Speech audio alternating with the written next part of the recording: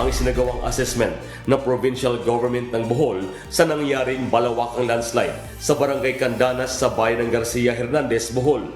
Matapos ang inspeksyon ng Provincial Engineering Office, nagsagawa rin ng geological assessment sa lugar ang Provincial Disaster Risk Reduction and Management Office o PDRRMO kasama ang Resident Geologist ng Bohol Provincial Engineering and Management Office o BPEMO.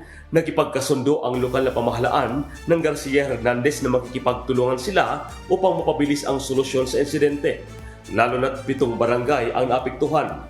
Batay sa inisyal na ulat, 12 bahay ang tuluyang nasira matapos ang pagguho ng lupa noong nakaraang linggo.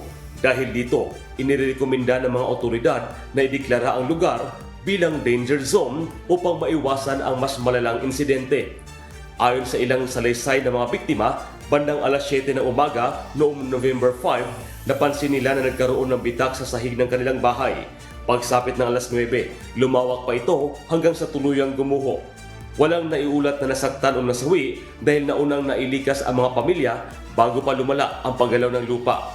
Gayunman, nananatiling alerto at takot ang mga residente dahil patuloy pa rin gumagalaw ang lupa.